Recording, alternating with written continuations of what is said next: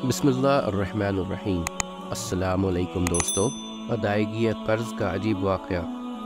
اسحاق بن راہویہ رحمۃ اللہ علیہ فرماتے ہیں، میں نے ابو اسامہ رحمۃ اللہ علیہ سے پوچھا، کیا حضرت ہشام بن عروہ نے آپ کے سامنے اپنے والد صاحب کے حوالے سے اور انہوں نے حضرت عبداللہ بن زبیر رضی اللہ تعالی عنہ کے حوالے سے یہ بات نقل کی ہے کہ جنگ جمل کے دن حضرت زبیر رضی اللہ تعالی عنہ نے اپنے قرض کے بارے میں بیٹے کو وصیت کرتے ہوئے ارشاد فرمایا، اے بیٹے، اگر تم کسی چیز میں عاجز ہو جاؤ تو میرے مولا سے مدد مانگنا۔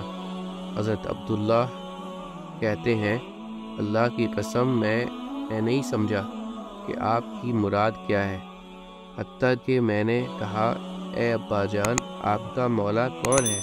فرمایا، اللہ۔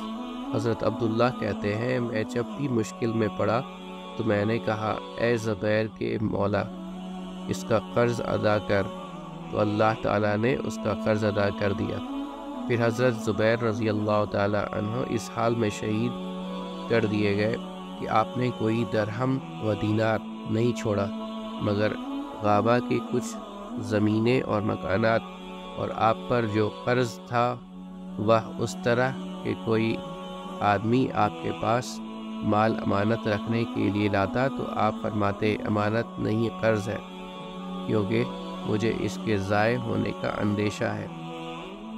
آپ پر جو قرض تھا میں نے اس کا حساب لگایا تو وہ 20 لاکھ درہم تھا، اور حضرت عبداللہ بن زبیر رضی اللہ تعالی عنہ 4 سال تک حج کے دنوں میں اعلان کرتے رہے کہ اگر حضرت زبیر رضی اللہ تعالی عنہ پر کسی کا قرض ہو تو وہ ہمارے پاس آئے، ہم ادا کریں گے۔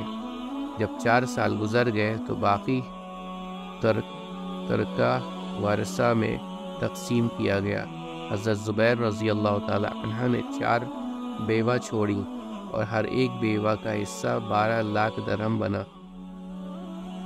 حضرت ابو اسامہ رحمۃ اللہ علیہ نے فرمایا، ہاں، ہشام نے ہم سے یہ بیان کیا تھا۔ امید کرتا ہوں دوستو کہ آپ کو آج کی ویڈیو اچھی لگی ہوگی۔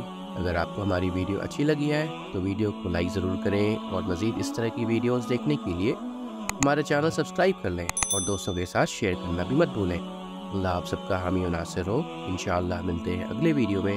اجازت دیجیے، السلام علیکم، اللہ حافظ۔